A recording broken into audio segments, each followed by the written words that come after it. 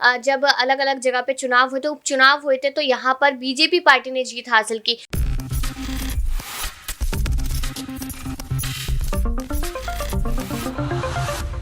नमस्कार, मैं हूं कपिल और आप देख रहे हैं नेक्स्ट 9 न्यूज। स्वागत है आपका इस खास प्रोग्राम में जिसका नाम है सियासी संग्राम। आज हम चर्चा करेंगे मायावती के बारे में, क्योंकि 132वीं जयंती है बाबा साहब अंबेडकर की। एक कार्यक्रम मायावती की तरफ से आयोजित किया गया था और इस कार्यक्रम के दौरान उन्होंने एक बार फिर से बीजेपी और समाजवादी पार्टी पर हमला बोला है। अगर सरकार की बात करी जाए तो 2007 के बाद से मौका नहीं मिला है मायावती को सत्ता में वापसी करने का, लेकिन इस बार यह कहा जा रहा है कि जिस तरह से दांवपेच खेलती हुई मायावती नजर आ रही है, अगर ये कामयाब हो जाते हैं तो उनकी लोकसभा में एक बड़ी वापसी यानी कि संसद में जो है वो नजर आ सकती हैं और ऐसे में कहीं ना कहीं वो सरकार पर और ज्यादा हमलावर हो सकती हैं। 50% जो है वो युवाओं को टिकट देने का फैसला किया गया है। महिला उम्मीदवार जो है वो ज्यादा से ज्यादा उतारी जाएंगी और यह भी कहा जा रहा है कि जो तमाम तरह के पोलिंग बूथ होंगे वहां पर भी महिलाएं जो है वो मौजूद रहेंगी। एक खास बात यह है कि जब कोई महिला चुनाव में लड़ती है तो उसके खिलाफ जिस तरीके से बयानबाजी होती है वो थोड़ा कम रहती है। अगर पुरुष उम्मीदवारों की बात करी जाए तो वहां पर जो सियासी लड़ाई है वो थोड़ी अलग होती है और इसी का फायदा जो है वो मायावती उठाना चाहती हैं। दलितों की अगर बात करी जाए तो 2007 में जब मुख्यमंत्री वो बनी थी तब बहुत ज्यादा समर्थन प्राप्त था, लेकिन 2012 में अखिलेश यादव जो है वो सरकार बनाने में कामयाब होते हैं और उसके बाद देखने को मिलता है साल 2014 में जब लोकसभा का चुनाव होता है तब मोदी लहर जो है वो चलती है और इस लहर में क्या अखिलेश यादव क्या मायावती सभी का सुपड़ा साफ हो जाता है। तो अब एक बार फिर से ये चर्चा करने की कोशिश करेंगे और ये जानने की कोशिश करेंगे कि क्या मायावती जो है वो सत्ता में वापसी करने में इस बार कामयाब रहेंगी या फिर खाली हाथ एक बार फिर मायावती के रह जाएंगे। मेरे साथ मेरी खास सहयोगी हैं कशिश, आपका बहुत बहुत स्वागत है। सीधा सवाल आपसे यही रहेगा कि क्या मायावती जिस तरीके से महिला उम्मीदवारों पर अपना भरोसा जताती हुई नजर आ रही हैं, क्या ये जो टैक्टिक्स हैं ये काम आने वाले हैं?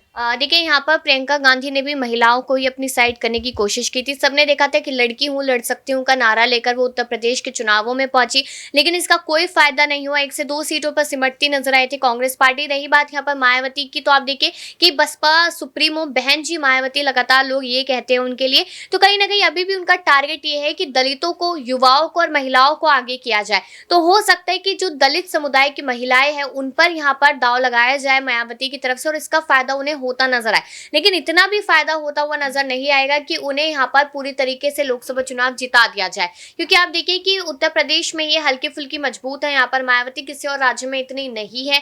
आप देखिए कि राजस्थान के जो पिछली बार चुनाव हुए थे उसमें से 3 से 4 ऐसे लोग थे उनके और वो भी कांग्रेस पार्टी में आ गए थे। तो नॉर्मल सी बात है कि नेतृत्व में कमी है मायावती के और अब भी यही माना जा रहा है, क्योंकि उनका कहना, लोगों का कहना यह है कि मायावती अगर अखिलेश यादव के साथ आती है, सपा और बसपा एक होती है, तो शायद कहीं ना कहीं इसका फायदा होता नजर आएगा, क्योंकि जो वोट दोनों ही खेमों में बंटते नजर आ रहे हैं, अगर वो एक साथ हो गए तो नॉर्मल सी बात है कि इस पर मायावती को ज्यादा फायदा होगा।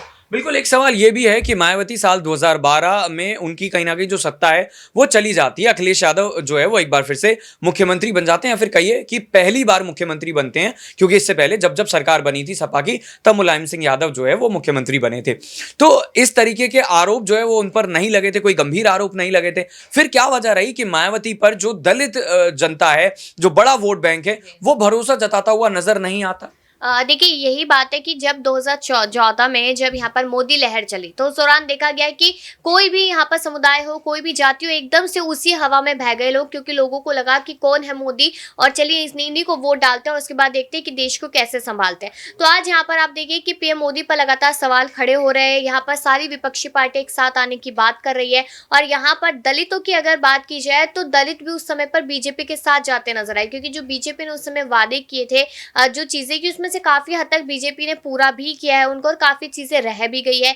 लेकिन अब मायावती की अगर बात की जाए तो मायावती अभी इन मुद्दों पर चल रही है कि यहाँ पर हमें युवाओं को आगे करना है, उनकी पढ़ाई के लिए बात करनी है, उन्हें जिम्मेदारियां देनी है, महिलाओं को उनके सक्षम बनाना है यहाँ पर। तो इस चीज का फायदा यहाँ पर मायावती को होता नजर आएगा, क्योंकि महिलाएं जो है वो कहीं ना कहीं हमेशा से मायावती के साथ चलती नजर आती है और इसलिए लोगों का कहना है, हमेशा से आपने सुना होगा जो जय जय भीम का जो नारा लगता है, तो वो पुरुष हो या महिलाएं हो, हर हर कोई लगाता हुआ नजर आता है। और आप देखिए कि यहाँ पर जब भी कोई त्योहार नजदीक आता है तो मायावती एक नई स्ट्रैटेजी यूज करती है, एक नया तरीका यूज करती है महिलाओं को और यहाँ पर युवाओं को अपनी साइड करने का। तो नॉर्मल सी बात है कि अगर चुनावों के दौरान की बात की जाए तो यहाँ पर जिन मुद्दों पर लड़ने के लिए बात करिए मायावती, उससे कहीं ना कहीं अखिलेश से तो ज्यादा फायदा मायावती को होता नजर आएगा, इसमें कोई शक वाली बात नहीं है।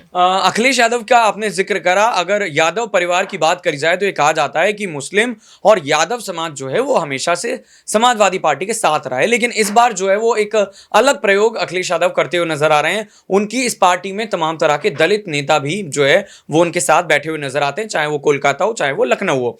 तो ये बड़ा सवाल रहेगा कि जिस तरीके से मायावती आरोप लगा रही हैं, आकाश आनंद ने भी ये कहा था कि जो काशीराम की प्रतिमा का अनावरण आपने किया, अगर उनके विचारों पर भी चलते तो ज्यादा फायदा समाज को होता। तो क्या ये बात में सच्चाई है कि अखिलेश यादव को डर है कि जो मुस्लिम और यादव समाज है वो उनके पास से चला गया है और अब वो एक नए समाज को अपने इस दायरे में लाने की कोशिश कर रहा है? देखिए, ये बात तो साफ तौर पे है कि यहाँ पर जो यादव समुदाय है वो कहीं ना कहीं अखिलेश यादव से पूरी तरीके से दूर हो चुका है। और इसका एग्जाम्पल हमने देखा कि किस तरीके से जब अलग अलग जगह पे चुनाव हुए थे, उपचुनाव हुए थे, तो यहाँ पर बीजेपी पार्टी ने जीत हासिल की। क्योंकि देखा जाए आजमगढ़ जैसा एरिया और दूसरी बात रामपुर जैसा एरिया जो यहाँ पर एक टॉप माना जाता था, जो माना जाता था कि पूरी तरीके से सपा ही जीतेगी, कभी भी चुनाव हो जाए तो वो यहाँ पर उपचुनाव हो या फिर उपचुनाव दोबारा से हो तो हर बार बीजेपी जीतती नजर आई। तो यादव समुदाय उनकी तरफ से पूरी तरीके से दूर हो चुका है। बात दलितों की जाए तो दलित भी पूरी तरीके से उनसे कट चुके हैं। दलितों की अगर भीड़ की बात की जाए तो जितने 10 लोग यहाँ पर होंगे मौजूद अखिलेश यादव के साथ, तो उसमें 1000 लोग मायावती के साथ मौजूद होंगे। तो ये बात समझ में आती है। लेकिन आप देखिए कि यहाँ पर अखिलेश यादव लगातार कमजोर हो रहे हैं, जबकि ये माना गया था कि जब उन्हें शिवपाल सिंह यादव का साथ मिलेगा तो वो और मजबूत होते नजर आएंगे, लेकिन ऐसा नहीं है। क्यों? क्योंकि वो ऐसे ऐसे मुद्दों पर बयान दे देते हैं जिससे उनको नुकसान होता है। जैसे एग्जांपल आप अतीक अहमद को देख लीजिए। अतीक अहमद हुआ और उनके बेटे असद अहमद का एनकाउंटर हुआ तो उस पर उन्होंने समर्थन की बात की। तो कहीं ना कहीं जनता इस बात को समझ रही है कि कौन यहाँ पर दहशत फैलाना चाहता है राज्य में और कौन यहाँ पर जनता के पक्ष की बात कर रहा है। एक लास्ट सवाल में कशिश आपसे जानना चाहूंगा कि अगर विकास की बात करी जाए तो बीजेपी लगातार ये कहती है कि हम विकास के मुद्दे को लेकर आगे बढ़ रहे हैं और शायद ये एक बड़ी वजह हो सकती है कि समाजवादी पार्टी से लेकर बसपा तक जो है वो ना ही जनता किसी पर भरोसा कर पा रही है और बीजेपी ने तो सबका सूपड़ा साफ लगभग कर ही रखा है। तो क्या आने वाले वक्त में मायावती की पार्टी जिस तरीके से आज संघर्ष करती हुई नजर आ रही है, क्या अखिलेश यादव की पार्टी भी कुछ इसी स्थिति में पहुंचने की कगार पर आ चुकी है?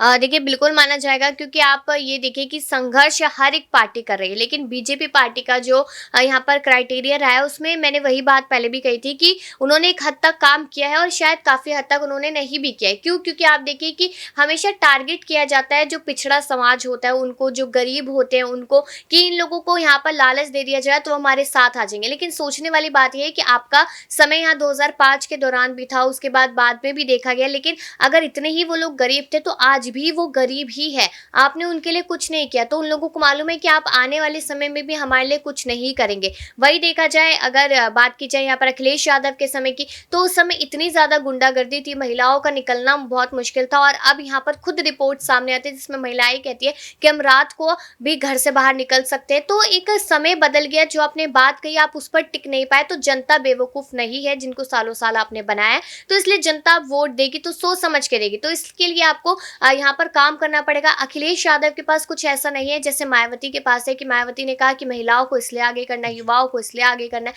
लेकिन अखिलेश यादव ने अभी नहीं सोचा कि हमें किसको आगे करना और किन मुद्दों पर आगे करना है। बिल्कुल, इन तमाम सवालों का जवाब देने के लिए कशिश बहुत बहुत शुक्रिया। अगर उत्तर प्रदेश की बात करी जाए तो अतीक अहमद को जो है कहा जाता है कि सपा का प्रोडक्ट है, शाइस्ता परवीन को जो बसपा पार्टी है वो टिकट देने के लिए तैयार हो जाती है, हालांकि बाद में जो है वो जब फर्जियत होती है तो ये टिकट कैंसिल हो जाती है। जनता की तरफ ये इशारा बार बार जाता है कि देखिए गुंडा माफिया जो है वो सपा और बसपा इनको शय देती हैं, लेकिन बीजेपी की सरकार में इनकी कमर तोड़कर रख दी जाती है। अब आपका क्या सोचना है, कमेंट करके जरूर बताइएगा कि क्या मायावती किसी भी तरह से सत्ता में वापसी कर पाएंगी या फिर जो आज स्थिति मायावती की है अखिलेश यादव भी कभी इसी तरह संघर्ष करते हुए नजर आएंगे। हमारी इस खास पेशकश में इतना ही। नमस्कार।